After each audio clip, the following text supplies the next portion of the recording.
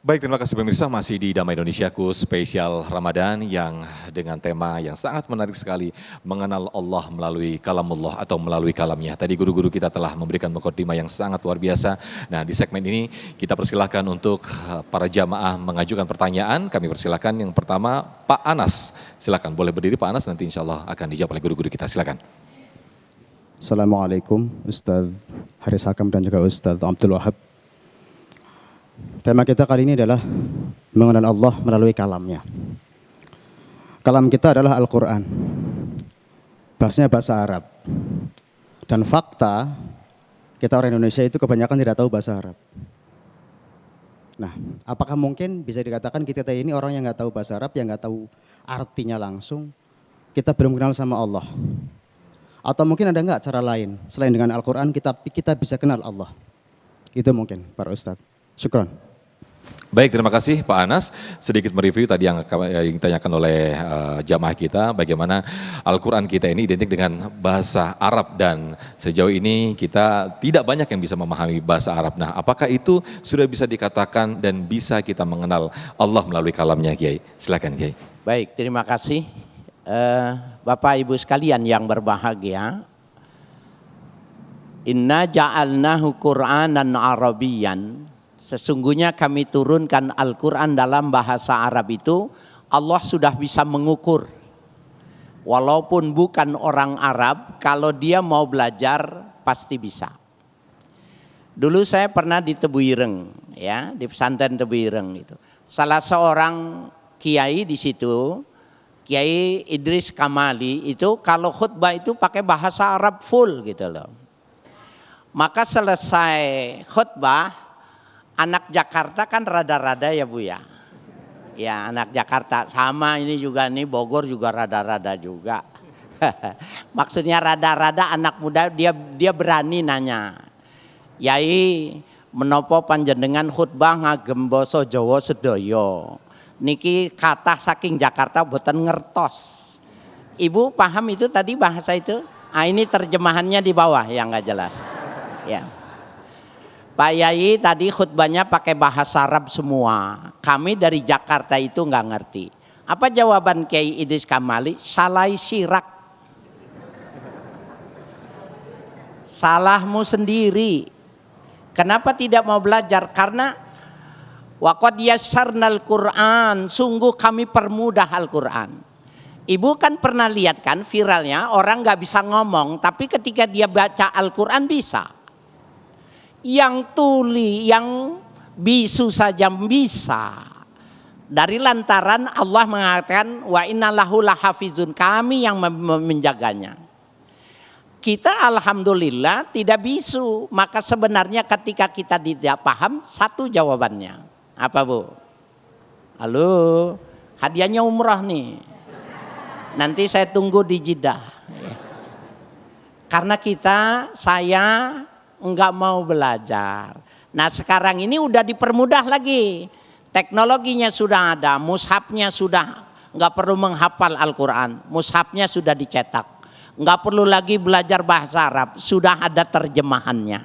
Nah rajin-rajinlah Bapak di bulan Ramadan ini membaca Al-Qurannya, hataman Qurannya yang ada terjemahan. Dapat 1 juz, 2 juz, seperti ibu-ibu ini. Kemudian sekali-sekali keluar.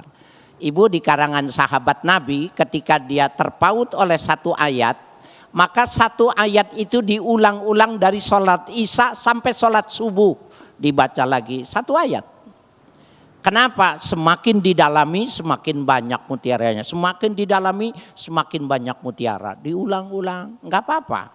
Bahkan tadabbur ayat yang semacam itu lebih bagus ketimbang menghatamkannya Al-Quran.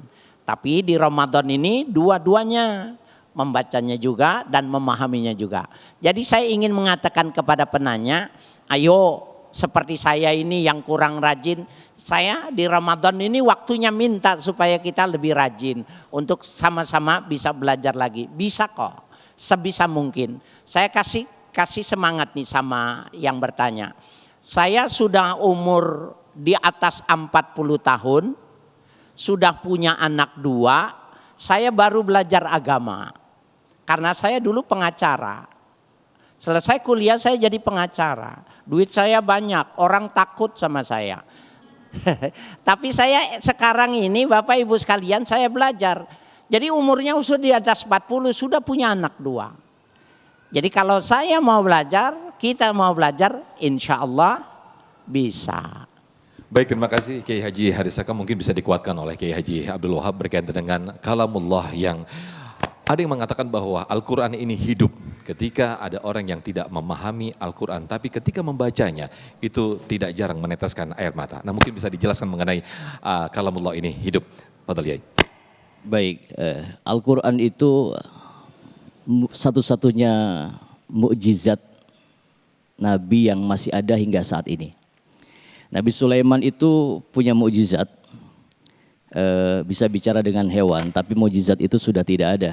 Nabi Isa itu mukjizatnya dalam Al-Quran dikatakan, wa ubri'ul akmah wal abrasa wa uhyal mauta biidnillah, mampu menyembuhkan orang yang kena sakit, orang yang buta sejak lahir, bahkan mampu menghidupkan orang yang sudah meninggal dunia dengan izin Allah. Itu dijelaskan di dalam Al-Quran. Dan Al-Quran ini mukjizat yang masih bisa kita rasakan hingga saat ini ila yaumil qiyamah, sampai yaumil qiyamah. Maka Al-Quran ini selalu dibaca oleh kita, Mas Sofyan. Walaupun kita tidak membaca Al-Quran secara langsung, tetapi kita kena kewajiban membaca Al-Quran di dalam setiap ibadah sholat kita. Maka ketika kita sholat, kita berdialog dengan Allah. Boleh orang tidak bisa bahasa Arab, tetapi ketika sholat dia harus dan wajib bisa membaca surah apa Bu? Al-Fatihah. Kirain hafalnya Yahu aja, ngerti surat Yahu. Yahu itu kuliah makulhu. Kita kena kewajiban untuk membaca suratul Fatihah. Kita berdialog dengan Allah. Karena Al-Quran itu media, tali penyambung kita dengan Allah. Mau ngeluh apa? Di dalam Al-Quran semua sudah diberikan. Bahkan 1/3 daripada Al-Quran itu mengisahkan tentang kaum-kaum terdahulu. Ada kaum yang diberikan kenikmatan oleh Allah, ada kaum yang dihancurkan oleh Allah, dan zaman itu akan berulang. Masa itu pasti berulang. Kejadian yang pernah terjadi di masa lalu pun akan terjadi di masa ini. Mudah-mudahan yang akan terjadi yang baik-baiknya aja. Amin. Lalu ada tambahan sedikit Mas Sofyan, dan insya Allah tadi yang sudah dikatakan oleh Kiai Haji Haris Hakam, walaqad yassarnal Qur'ana lidzikri. Al-Quran itu dibuat mudah oleh Allah. Bahkan ada anak usia 1 tahun sudah hafal Quran, Bu. Anak usia 5 tahun sudah hafal Quran. Sejak dalam kandungan ibunya itu seorang hafidhul Quran. Saudara saya di Cirebon itu, anaknya 1,5 tahun itu sudah berkali-kali menghatamkan Quran, hafal Quran. Al-Quran dia baca saja belum bisa, tapi mukjizat Allah ini luar biasa dan yang menjaga langsung Allah Subhanahu wa taala. Baik, terima kasih Kiai Haji Abdul Wahab atas tambahan jawabannya. Kami persilakan berikutnya untuk Ibu Suryati. Boleh berdiri dan silakan diajukan pertanyaannya. Silakan. Assalamualaikum warahmatullahi wabarakatuh. Waalaikumsalam warahmatullahi wabarakatuh. Terima kasih kepada pembawa acara yang sudah mengizinkan saya untuk bertanya. Punten Bapak Kiai, insya Allah saya akan menanyakan tentang satu hadis yang di sana mengatakan bahwa pahala untuk orang yang membaca Al-Quran itu dilipat gandakan setiap satu hurufnya. Apakah itu berlaku untuk semua orang ataukah hanya untuk yang mengerti akan arti isi kandungan Al-Quran itu sendiri? Itu saja.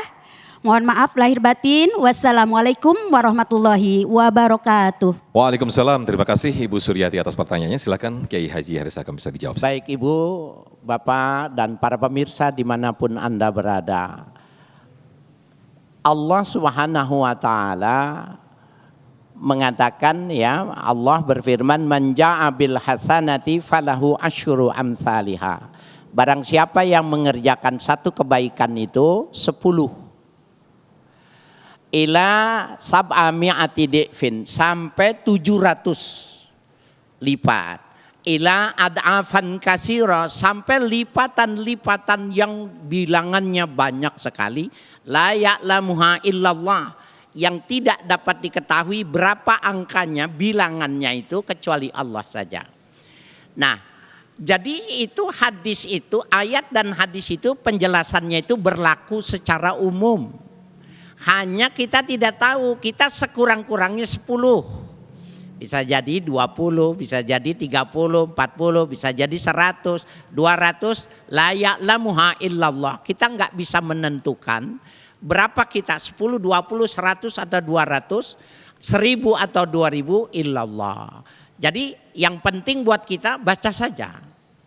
Ya, karena setiap satu huruf itu dilipatkan 10 kebaikan sampai 700 sampai bilangan yang berlebih.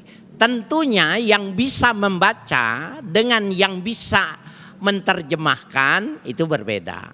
Yang bisa menerjemahkan berbeda lagi ketika dengan orang yang bisa tadabbur, bisa menghayati, bisa mentafsirkan, bisa mengapat istidlal dalam menentukan dalil, maka otomatis itulah yang dibilang ad'afan katsirah. Buat kita Bapak sekalian, 1 dibalas 10 itu juga sudah super hebat. Kita biasanya kalau orang baik sama kita, orang ngasih duit 1 juta, ibu ngasihnya kalau kondangan berapa lagi? Sama-sama 1 juta kan? Kalau Allah itu tidak. Kalau kita melakukan muamalah dengan Allah, 1 juta kita berikan, maka 10 juta minimal. Tapi bisa jadi 200 juta. Ya, 300 juta dan lain sebagainya. Nanti boleh ibu kasihkan ke saya 1 juta ya. Baik, terima kasih Kiai Haji Heresekam. Intinya bagaimana ketika kita meningkatkan kualitas ibadah dan juga kualitas keimanan atau ilmu kita, maka itu juga akan berlipat apa yang akan kita dapatkan. Baik pemirsa, kita akan kembali usai jeda masih di sesi tanya jawab. Tetaplah bersama kami di Damai Indonesiaku Spesial Ramadan.